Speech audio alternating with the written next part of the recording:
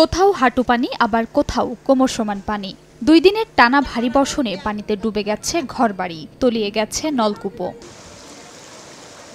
কক্সবাজার শহরের কুতুবদিয়া পাড়ায় গত 2 দিনের তুলনায় বৃহস্পতিবার বৃষ্টিপাত কম হওয়ায় ধীরে ধীরে পানি নামতে শুরু করেছে। তবে এখনও তলিয়ে রাস্তাঘাট, পানিবন্দী হয়ে পড়েছে 50,000 মানুষ। দেখা দিয়েছে বিশুদ্ধ পানিসহ শুকনো খাবারের সংকট। এখানে আমাদেরকে এই দান কিছু করার জন্য কেউ আসে নাই। এই একটা বিস্কুট নিচে আমরা 5 টাকা দামের, এগুলো কি আমরা চলতেছি। খাইতে পারছি না, রান্না বাড়া করে হোটেল থেকে কিনে আনছি। এক বেলা খাই আর 2 বেলা ওয়াশ থাকি।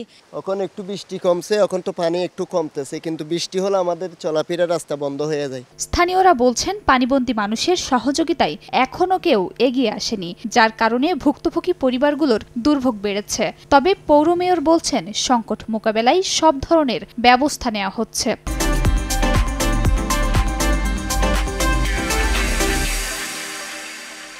তাদেরকে আমরা বিভিন্ন জায়গায় আমাদের আশ্রয়কেন্দ্রে আমাদের জায়গা দিয়েছি, আর পাশাপাশি তাদেরকে শুকনো খাওয়ার ব্যবস্থা করেছি। পানি নামার সাথে সাথে তাদের আর্থিকভাবে কিছু নগদ টাকা এবং কিছু চালের ব্যবস্থা আমরা করব। এদিকে টানা ভারী বর্ষণের কারণে কক্সবাজারের উখিয়া উপজেলার 5টি ইউনিয়নের প্রায় 20,000-এর বেশি মানুষ পানিবন্দী হয়ে পড়েছেন।